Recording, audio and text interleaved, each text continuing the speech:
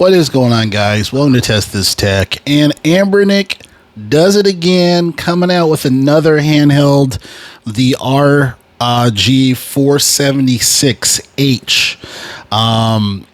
There's a lot to talk about here when it comes to this particular handheld, and there's some things I wish they would just change. So one positive is that, when it comes to the RG477M, it seems like across the board that it is one of Anbernic's best devices that they have made.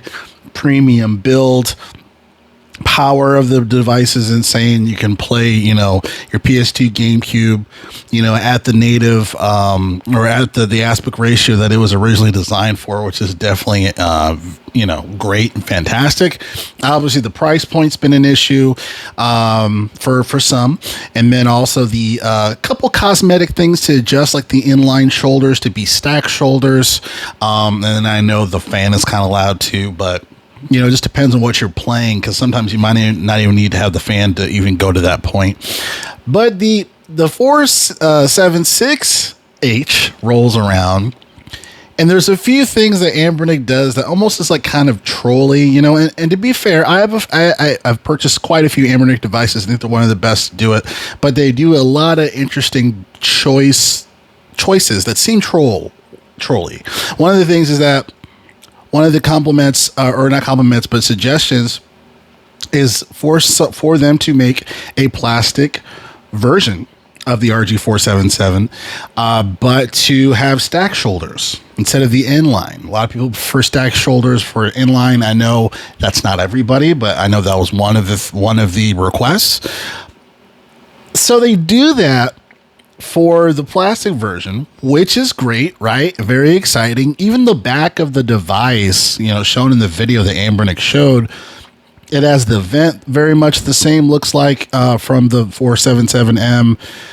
The chipset is the biggest disappointment for me on this. They're using the T820 chipset. For context, this is the chipset that has been in a multitude of devices. We're talking about the RG Slide. We're talking about the RG Cube, not the XX, but the Cube. We're talking about the RG406V. We're talking about the RG406H. This chip is in every other device that Anbernic has designed within the past couple of years. And it's a little disappointing to see that chip, because while that chip can play, obviously PS1 fine, can play N64 really well, and it has a handful of games that it can play for PS2 and for GameCube. If I were a betting man on the percentages, I would say I'll probably say 70% of PlayStation 2, I would say. But man, just going from the 477M, which has that Dimensity 8300, which can play pretty much every PlayStation 2 game unless it's some type of weird optimization with the game itself, and then like the emulator might be an issue, which is not giving it the best strong performance. You really can play pretty much every PlayStation 2 and every GameCube game. But for this 476H, you got the T820 chip in there. So it's kind of like one step forward, two steps back. We got the shoulders, we got the plastic build, and even they added like a glass front panel, which looks really nice. And we have the Hall stick still, right, from the RG477M, and from some of the other devices like the 406H and the 406V. Why do we have to deal with this chipset? Come on. So I would like for them to fix that, or just have another device that has the Dimensity 8300. I feel like we should be having a middle ground. Obviously, we have the 557, RG557, that has the Dimensity 8300, and now the 477M. Let's get one that is a different form factor than the 557, that has the Dimensity as well, that has the similar design as this in a plastic form factor.